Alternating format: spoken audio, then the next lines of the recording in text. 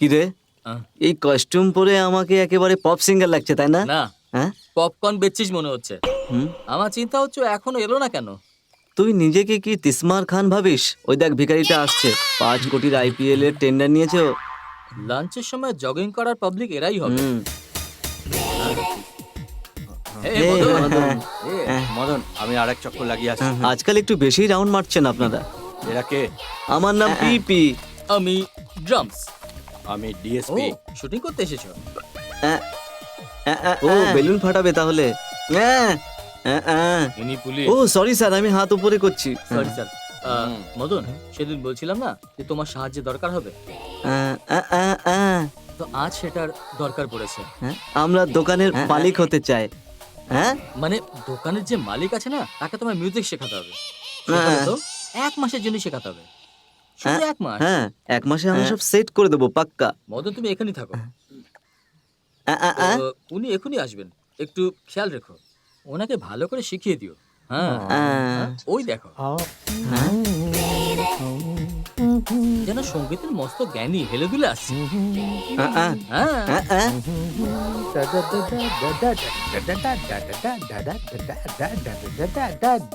আসুন বস। How are you? হ্যাঁ, কিসের মিটিং চলছে? বস, ওই যে মিউজিক টিচারের ব্যাপারে বলেছিলাম না, উনি সেটাই। হ্যাঁ, ও গান শেখাতে এসেছে। না বস, মিউজিক ও শেখাতে এসেছে। Yes yes yes. ও কি করছে? দোকানের সরঞ্জাম নিয়ে গলি গলি কেন ঘুরছেন এটা জিজ্ঞাসা করছে ও আপনাকে। তাহলে মুখে কেন বলছে না? ইনি গানের টিচার নয় তো, ইনি ভায়োলিনের টিচার। ওহো, তাই ছেলেটা আমাকে ভায়োলিন শেখাবে? একদম। হ্যাঁ, এই ভালো করে বাজায় তো। খুব ভালো। যখন ভায়োলিন বাজাবে না, তখন ঘাম বেরোবে, কার? যে বাজবে তার। ও শোনো ভাই, ঘাম ঝরানো যে কোনো সঙ্গীত আমার বংশে কেউ কখনো শেখেনি, আর আমিও শিখবো না। আপনার হ্যাঁ। বিয়ে হয়ে গেছে? না না না। হ্যাঁ? হবে। এই হাত হাসিটা মিলা। কেমন যেন আরে, ও ছিল না? হবে না, এটাই বলছে। ও হ্যাঁ। ওদের কথায় কান এই দিবি না। সুন্দরী মেয়েগুলো কারা? এও কি বলছে? বাস 1 সপ্তাহে 3টে ইনস্ট্রুমেন্ট শেষ করে ফেলবে। আপনাকে দেখছে বস। হ্যাঁ তাই তো, হ্যাঁ দেখছে তো। আপনার ড্রেসিং সেন্স নিশ্চয়ই ভালো লেগেছে। একদম তাই নাকি? একদম মুড দিয়ে দেখুন দেখি, হ্যাঁ, ভালোবাসার মুড দিয়ে। ওকে। বস দেখছেন কি, তাড়াতাড়ি বাজানো শুরু করুন।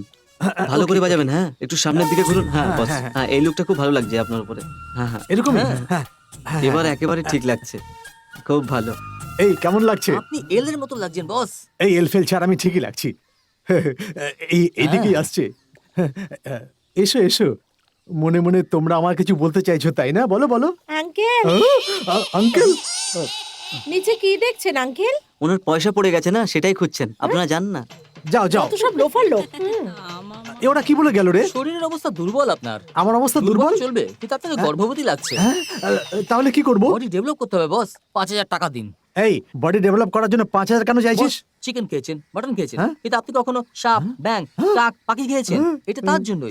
আপনার লুক পাল্টানোর জন্য কাকের বিরিয়ানি দরকার। তাই নাকি? 5000 ছাড়ুন। এই হোটেলের জন্মদিনের দিন প্রত্যেক বছর বেস্ট কাপলকে সিলেক্ট করে তাদের প্রাইজ দেওয়ার রেওয়াজ আছে। প্রত্যেকবারের মতন এইবারও একটা ভালো কাপলকে সিলেক্ট করে আমাদের এমডি তাদের প্রাইজ দেবেন। জানেন সেই কাপল কারা?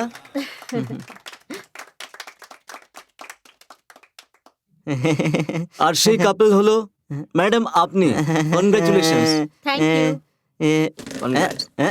অনেক হয়েছে, আমরা দুজন কাপল নাকি? ক্যামেরা বন্ধ করুন। আর আপনারা আমার কথা শুনুন, আপনারা ভদ্রতা জানেন না? কি ভাবছেন আপনারা? আপনাদের দেখে মনে হলো আপনারা দুজনে ভালো স্বামী স্ত্রী, তাই আপনাদের সিলেক্ট করা হলো। সম্পর্কটা না জেনেই আপনারা সিলেক্ট করে নিলেন। ইনি হলেন আমার হাজবেন্ড। বয়সের তফাৎ তো কি হয়েছে? এতে কি ভুল আছে? আমরা দুজন স্বামী স্ত্রী হতে পারি নাকি? আমি ওনার ওয়াইফ আর উনি আমার হাজবেন্ড। রাগ করো না, দেখো সবাই দেখছে। জিজ্ঞেস করা তো উচিত ছিল। এর মানে একটা ছেলে আর একটা মেয়ে পাশাপাশি বসে গেলে তো কি তারা স্বামী স্ত্রী হয়ে গেল? লাভার্স হতে পারে, কিংবা ভাই বোনও তো হতে পারে। সবকিছু না জেনে এরা এমন কারা যারা নিজেরাই সিদ্ধান্ত নেবে? তুমি বলো না। It's my fault. I am sorry, madam. He is my husband. চল এখান থেকে। হুম। কি অবস্থা, পুরো মুডটাই খারাপ করে দিল। আসাই উচিত হয়নি এখানে।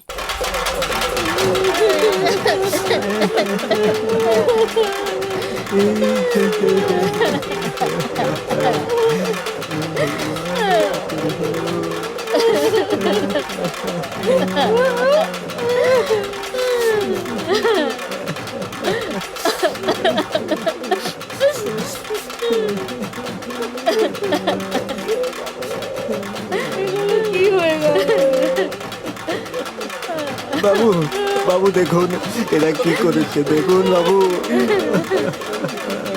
দেখুন।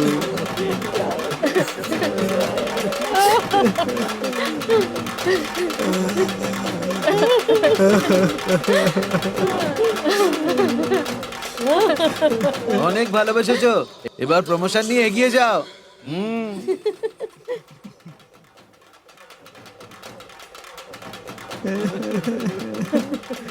এ কি করলে? গ্রামে সবার সামনে ধুমধাম করে এদের বিয়ে দিতে চেয়েছিলাম স্যার, কিন্তু দেখুন না কি অন্যায় হয়ে গেল এদের সাথে। জানো ভাই, যার সাথে ওর বিয়ে হওয়া ছিল সে ওকে পড়াতে চাইতো, কিন্তু এই বিয়ে পাগলি অন্য কাউকে চাইতে লাগলো। এই মেয়েটার মাথা খারাপ হয়ে গেছিল, কিন্তু বাড়ির লোকেদের তো ওকে বোঝানো উচিত ছিল না। এটা কি ভাই, দিদির মেয়েকে ছুরি দিয়ে মেরে দিল? কেমন মানুষ ছিল? এই ওকে কলেজে পড়ার জন্য পাঠিয়েছিল, এরকম করা ওদের একেবারেই উচিত হয়নি। ও ছোট থেকে এই মেয়েটাকে খুব ভালোবাসতো, ওর পড়াশোনার জন্য ওকে কলেজও পাঠিয়েছিল। মেয়েটা ওকে ঠকিয়েছে, ও ছেড়ে দেবে নাকি? তো তার জন্যই ওর প্রাণ নেবে নাকি? এটা কি ঠিক কন্ত?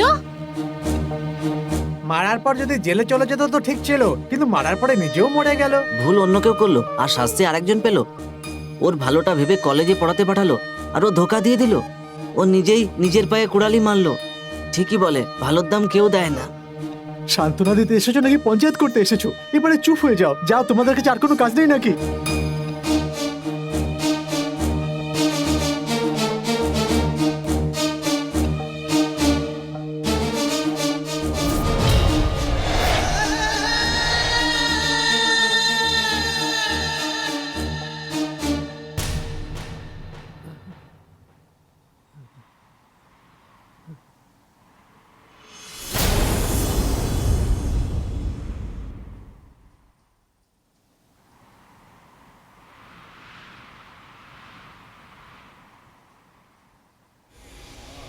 আমাদের বউ হোক বা মেয়ে হোক, সবারই একটা সীমা আছে। মাঝে যদি কোনো পুরুষ আসে তাহলে সমস্যা তো হবেই। সবারই নিজের সীমা থাকে। পরিস্থিতি, মর্যাদা সব হাতের বাইরে চলে যাওয়ার আগে সতর্ক হয়ে যাওয়া দরকার পড়ে।